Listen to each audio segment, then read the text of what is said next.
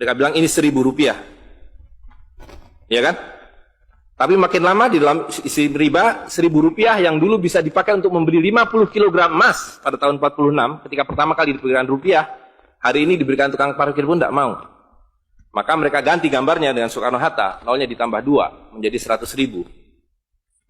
Yang 99.000 dari mana? Ya kan? 99.000 dari mana? Dan kalau ini kita belah 2, dibelah 4, mau saya kasih 4 mahasiswa. Kemana samannya tadi itu nilainya? Ya, ini seperti sihirnya Fir'aun yang menjadikan tali sebagai ular. Nah, orang Amerika bilang, pedagang Amerika, saya juga punya kertas sendiri, namanya greenback. Tapi kertas saya punya 10.000 kali lipat dari kertas saudara. Jadi kalau Bapak Ibu sekalian, adik-adik pergi ke Washington sana, ke New York, bawa uang 100.000. Belum tentu mahasiswa punya uang 100.000 kan? Harus bekerja 2 hari untuk mendapatkan uang 100.000. Pergi ke Washington, saya mau beli Coca-Cola 1 botol. Apa mereka bilang? Apa mereka bilang? Ini kertas funny. This is funny paper. Gak laku. Tapi siapapun datang ke Ternate dengan $100, you punya cengkeh, berikan pada saya. Saya mau beli, you punya Coca-Cola, tapi saya minta 1 truk.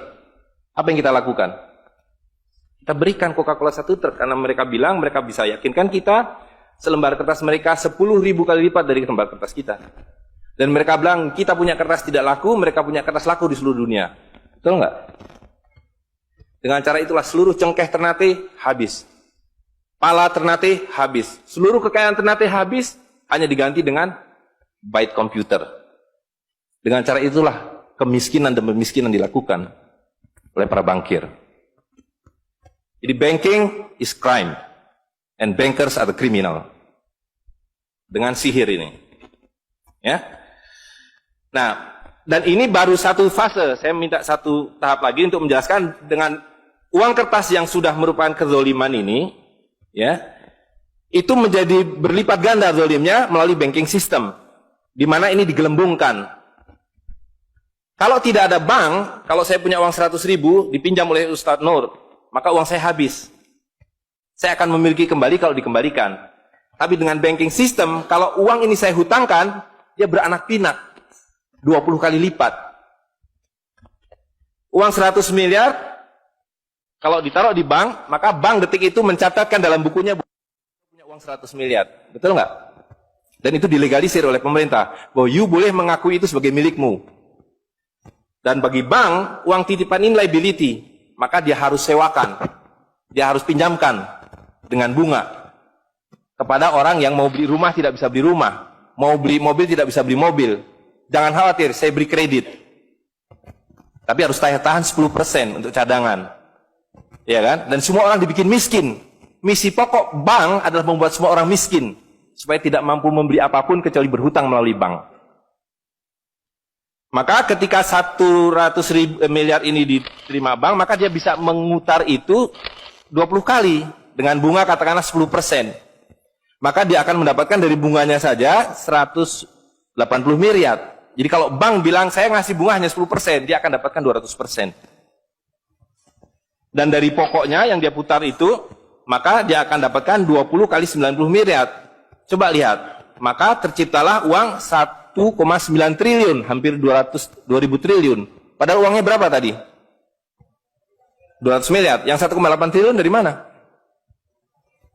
Angin, sihir. Tidak ada. Itu sebabnya setiap bank dijaga oleh satpam. Supaya mengesankan bahwa di bank ada uang. Tidak ada uang di bank. Itu kenapa setiap pegawai bank pakai jas, pakai dasi. Supaya orang yakin bahwa uangnya dijaga dengan baik. Karena di situ tidak ada uang. Dan itu sepenuhnya pengelabuan. Jadi bank itu adalah arisan berantai. Kalau kita datang mengambil uang, tapi orang bisa bilang, tapi kalau saya ngambil uang di bank kok ada? Uang siapa yang diberikan? Uang Anda sudah nggak ada. Jadi orang percaya bahwa bank adalah tempat yang paling aman menyimpan uang. Bank adalah tempat paling tidak aman menyimpan uang. Belum Anda keluar dari pintu bank, uang Anda sudah nggak ada. Membuktikannya gampang. Datang pada hari yang sama, minta saya mau ambil uang saya hari ini. Potong telinga saya kalau Anda dapat uang, kecuali 10% dari nasabah. Bisa dipahami? Ya. Uangnya tidak ada. Itu. Nah, tapi yang perlu dipahami adalah akibatnya. Kalau kita tadi punya uang 100.000, di sini ada satu handphone, maka berapa harga handphone ini? Ceteris paribus kata ekonom. Maka harga handphone ini ada 100.000, ya kan? Tapi ketika ini digelembungkan menjadi 2 juta, sementara sumber daya alamnya tetap, berapa harga handphone ini? Menjadi 2 juta. Dan itu mereka bilang inflasi. Jadi inflasi adalah kebohongan. Lihat ya, dulu ketika Republik Indonesia didirikan, uang yang pertama dicetak adalah 1 sen, paling besar 100 rupiah, 600 rupiah. Uang 1000 pernah didesain tapi tidak dicetak karena terlalu besar. Karena dengan 1000 Anda sudah dapat beli emas setengah kilo. Pada waktu itu 1 gram emas hanya 2 rupiah. Dan mereka berjanji, jangan khawatir, setiap rupiah saya jamin dengan 1,5 gram emas. Sampai sekarang itu berlaku Undang-Undang tahun 46. Nah, tapi lihat, karena uang kertas itu sihir, dicetak makin banyak, nilainya merosot. Bebeknya mah tetap, cengkehnya tetap, palanya tetap, tapi nilai uang yang merosot. Maka mulai tahun 52, ini pertama kali by the way, ini Bank Indonesia baru muncul tahun 52. Bank Sentral Republik Indonesia itu bukan Bank Indonesia, dulu namanya BNI 46. Tapi Belanda tidak mau. You mau merdeka, you mesti nurut saya. Hentikan BNI 46, ganti dengan bank saya, The Jeffers Bank, menjadi Bank Indonesia. Dan hentikan uang Republik Indonesia, ganti dengan uang saya, Guilders, yang kemudian berubah menjadi uang Bank Indonesia. Oke? Nah, begitu muncul tahun 52, rupiah sudah mulai tidak laku. Dibikinlah uang 1.000 rupiah. Ringkas cerita, tahun 57, uang 1.000 sudah mulai tidak laku. Dibuatlah 2.500 rupiah. Dibuatlah uang 5.000, pertama kali muncul 64, uang 10.000 rupiah. Pak Karno bilang kita sudah terlalu miskin. Maka uang 1.000 digunduli menjadi 1 rupiah yang disebut centering. Tapi tidak lama kemudian muncul lagi. Karena uang kertas adalah penipuan. Worthless. No value. Ringkas cerita, Pak Harto dibilang berhasil dalam pembangunan, dia bikin uang 50.000 rupiah. Dengan gambar Pak Harto dan kapal terbangnya. Tapi inilah ilusi yang lain. Inilah sihir yang lain. Semakin besar uang Anda bukan semakin kaya. Semakin uang besar Anda berarti semakin miskin. Bisa diikuti? Maka ketika terjadi krismon, rupiah makin tidak laku, harus dibikin uang 100.000. Dan sekarang uang 100.000 sudah mulai tidak laku. Ibu-ibu sudah komplain kalau pergi ke pasar dengan 100.000. Betul nggak, Bu? Sudah tidak bisa beli apa-apa ini. Maka mereka, dua pilihannya. Pilihan pertama adalah mereka akan mencetak uang 200.000, 500.000. Tapi tidak mungkin. Komputer sudah nggak bisa menghitung. Kalkulator nggak bisa menghitung. Hang. Terlalu banyak nolnya. Pilihan kedua adalah digunduli nolnya, redenominasi. Jadi redenominasi itu bukan untuk mengatasi inflasi, tapi untuk menutupi inflasi. Jadi itu adalah pengelabuan di atas pengelabuan, di atas pengelabuan, di atas pengelabuan. Gitu. Ya. Jadi secara real, uang 100.000 ini dulu ketika Pak Harto masih berkuasa, menjelang jatuh itu, kalau dibelikan telur, dapat 50 kilo. Masih ada yang ingat gak, Bu? Kalau ibu-ibu ingat pasti. 1 kilo telur harganya 2.000 rupiah. Begitu Pak Harto jatuh, dibilang ini gara-gara krismon, uangnya sama. Walaupun ini belum ada waktu itu, karena ini masih 50.000 aja udah besar waktu itu. Uang yang sama dengan telur yang sama, tiba-tiba dibawa ke pasar, saya mau beli telur. Bu, hari ini tidak dapat 50 kilo lagi. Hari ini cuma dapat 13 kilo. Karena daya belinya, telur sekarang 7.500. Dan hari ini, kalau di pasar Ternate berapa, Bu, harga telur sekilo? Hari ini. Di Jakarta 20.000. Dan telurnya sama. 1 kilo itu isinya 16 butir, 17 butir, 18 butir. Uangnya sama. Tapi hari ini kalau dibelikan telur hanya dapat 5 kilo. Kemana yang 45 kilo? Itu yang mereka rampok. Itu yang mereka rampok. Dengan melalui apa yang mereka sebut inflasi. Tapi sebenarnya dengan cara penggelembungan uang. Kertas yang terus-menerus nilai. Nah, satu lagi Pak ya, saya minta ini karena ini penting sekali. Ini penting sekali. Nah, sistem zalim ini kemudian difikskan dalam satu sistem politik yang disebut nation state pada level global, kan judulnya kan globalisasi uang. Jadi negara bangsa itu diciptakan oleh para bankir pada abad ke-20. Jadi waktu Indonesia merdeka, Singapura merdeka, Malaysia merdeka, Afrika merdeka, itu bukan kemerdekaan spontan, tapi didesain. Didesain karena kalau dulu mereka mau merampas cengkeh orang Ternate, mau merampas kepala orang Ternate, dia harus bawa serdadu ke sini, dia harus ambil cengkeh dan palanya, repot kan? Maka dengan menciptakan uang kertas, mereka tetap bisa mengambil cengkeh orang Ternate, mengambil pala orang Ternate tanpa harus kirim serdadu di sini. Dan karena itu saya kasih merdeka. Tapi satu mesti bikin bank sentral, kedua pakai uang kertas. Supaya saya tetap bisa membeli 1 barel minyak Anda dengan harga 4 sen dolar. Karena mencetak uang ini biayanya hanya 4 sen, 500 rupiah. Ya, jadi berapapun harta yang kita punya bisa dibeli dengan cara itu. Nah, lalu tadi saya sudah ceritakan uang kertas itu dimunculkan bersamaan dengan konsep negara nasional plus hutang negara. Boleh merdeka tapi miskin. Rakyat penyakitan, rakyatmu bodoh. Tapi jangan khawatir, saya punya uang. Sekolahkan rakyatmu, bikin pembangunan, saya kasih hutang. Ya kan? Nah, jadi tugas pemerintah itu, republik, adalah satu, mengambil hutang dari bank, menghabiskan utang itu melalui apa yang disebut APBN. Lalu dulu mereka tanya, jadi bagaimana saya membuat APBN? Jangan khawatir, sekolahkan anak-anak perintar kamu ke Berkeley, ke Chicago, ke Harvard. Mereka dididik untuk membuat pembangunan. Lalu dikasih paket hutang dan diajari kalau nggak bisa kirim konsultan seperti John Perkins dan sejenisnya. Lalu ada satu pertanyaan, bagaimana kami membayar hutang kami kalau begitu? Mereka bilang, punya 200 juta rakyat, pajaki rakyat kalian. Pajaki rakyat kalian. Kalian punya pala, punya cengkeh, habisi hutang kalian. Karena membayar hutang, kalau kita hutang 5 miliar dolar setiap tahun, apa mereka kasih berkoper-koper dolar? Apa yang mereka kasih ke kita? Mereka hanya mengetik di komputer, 5 miliar dolar, ting, masuk ke Bank Indonesia. Nanti Bank Indonesia tinggal kirim ting ke Bappenas. Bappenas ting ke departemen-departemen itu. Tapi ketika kita mau membayar hutang mereka, bisa kita mengetik di komputer 5 miliar dolar. Ting, dibayarkan ke Bank Dunia? Nggak bisa, mesti punya devisa. Dari mana kami punya devisa? Mesti beli dolar kami. Caranya tebang hutan kalian. Habisi boksit kalian. Habisi mineral kalian. Betul nggak? Nah, jadi itulah yang terjadi di dalam sistem Fir'aun sekarang ini. Bahwa pemerintah itu didesain hanya untuk mengambil hutang dari bank, menghabiskan melalui APBN dan proyek, kemudian memajaki rakyat. Karena itu pajak semakin hari semakin tinggi, semakin banyak, semakin tinggi, semakin banyak. Gitu. Nah, jadi kalau digambarkan seperti ini, ya kan? Wilayah domestik, nasional itu adalah demokrasi.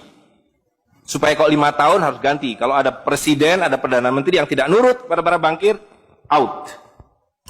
Tapi para bankir tidak pernah berganti. Mereka turun-temurun, perusahaan swasta, anak beranak pinak. Ini kira-kira hanya 400 keluarga di dunia ini yang menguasai seluruh sistem keuangan dan politik. Jadi kita ini sekarang utangnya tiba-tiba sudah 2.100 triliun.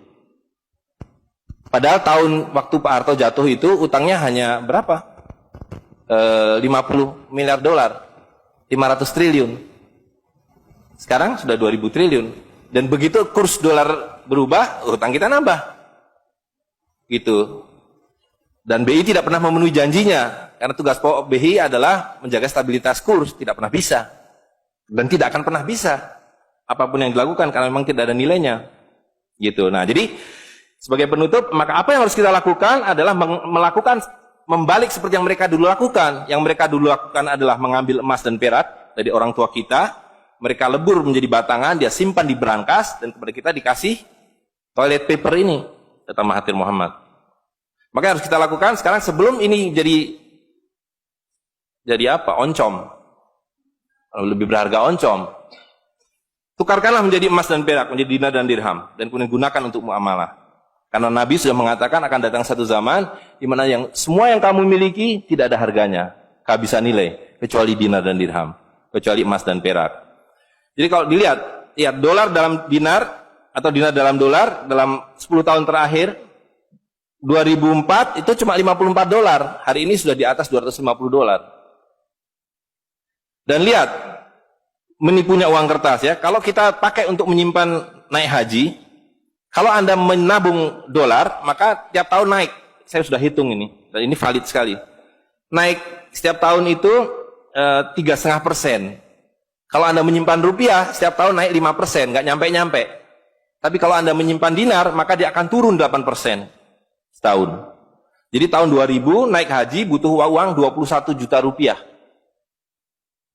Kalau dinar butuh 71 dinar. Tapi hari ini kalau mau naik haji butuh hampir 40 juta rupiah. Dengan dinar cukup dengan 16 dinar. Jadi dulu kalau punya rupiah naik haji satu orang, sekarang sampai Dubai suruh pulang. Nggak cukup uangnya. Tapi dengan dinar dulu naik haji satu orang, sekarang bisa naik haji 4 orang. Dengan kata lain, kalau Bapak Ibu sekalian serahkan cengkeh Bapak Ibu sekalian dan menerima uang kertas, Anda 4 kali miskin. Detik itu juga dalam konteks ini. Maka serahkanlah cengkeh dan katakan, saya mau serahkan cengkeh, bayar kami dengan dinar. Bayar kami dengan dirham. Saya serahkan pala kami, bayar kami dengan emas dan perak. Saya tidak mau uang palsu ini, uang-uangan ini. Saya mau uang yang sebenarnya, uang dari Rasulullah SAW. Ya, gitu. Dan harga minyak ini palsu semua. Dibilang minyak naik turun naik turun, tidak ada yang minyak naik. Kalau dengan dolar dia naik terus, tapi dengan dinar dia flat. Sekali lagi, bahwa sumber daya alam itu terbatas, maka alat tukar pun harus terbatas. Jadi ketika kita menggunakan kertas ini digelembungkan. Tapi ketika Anda menggunakan emas dan perak, ini sama. Maka sekali dia punya alat tukar, nilai tukarnya dari zaman Rasulullah SAW seekor kambing, hari ini 1 dinar dapat seekor kambing. Zaman Nabi dapat seekor ayam 1 dirham, hari ini dapat seekor ayam. Tidak ada yang berubah. Sekali lagi pemiskinan itu adalah dibikin oleh sistem. Dan tadi sudah disampaikan bahwa dari tahun ke tahun, di dalam slide yang sebelumnya dalam penjelasan itu, bahwa dinar dan dirham itu selalu dicetak oleh para sultan. Jadi lihat, ketika para sultan berkuasa, para sultan berikan emas dan perak pada rakyat. Para sultan kemudian disingkirkan, diganti oleh para bankir, emas dan perak mereka ambil, diberikan kertas. Itu yang terjadi dari abad ke-19. Maka alhamdulillah pada hari ini kita melihat bahwa kesultanan sudah kembali dengan dinar dan dirham.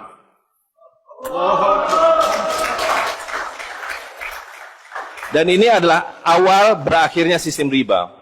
Ini adalah awal dari janji Allah SWT, yamhaqu riba wa yurbi sodakotan. Aku suburkan sedekah dan aku hancurkan riba. Kehancuran riba ditandai dengan seperti apa yang dikatakan Nabi, kehancuran mata uang kertas. Suka atau tidak suka, terima atau tidak terima, ini adalah awal kehancuran. Dan karena itu yang harus kita lakukan adalah supaya kita tidak ikut hancur di dalamnya, kita songsong kembalinya dinar dan dirham. Dan itu berarti kembalinya sultania. Dan Ternate adalah awal dari kembalinya dinar dan dirham dan sultania bersama dengan Kesultanan Cirebon, bersama dengan Kesultanan di Sulu. Jadi sekarang sudah ada 3 sultan yang mencetak kembali dinar dan dirham. Dan ini akan mengawali kembalinya dinar dan dirham di seluruh dunia. Jadi kalau pada abad 15, abad 16, abad 17 bangsa Ternate sudah sampai ke Madagaskar, sudah sampai ke negeri atas angin di Spanyol, maka pada abad 21 kembali Ternate sampai Spanyol.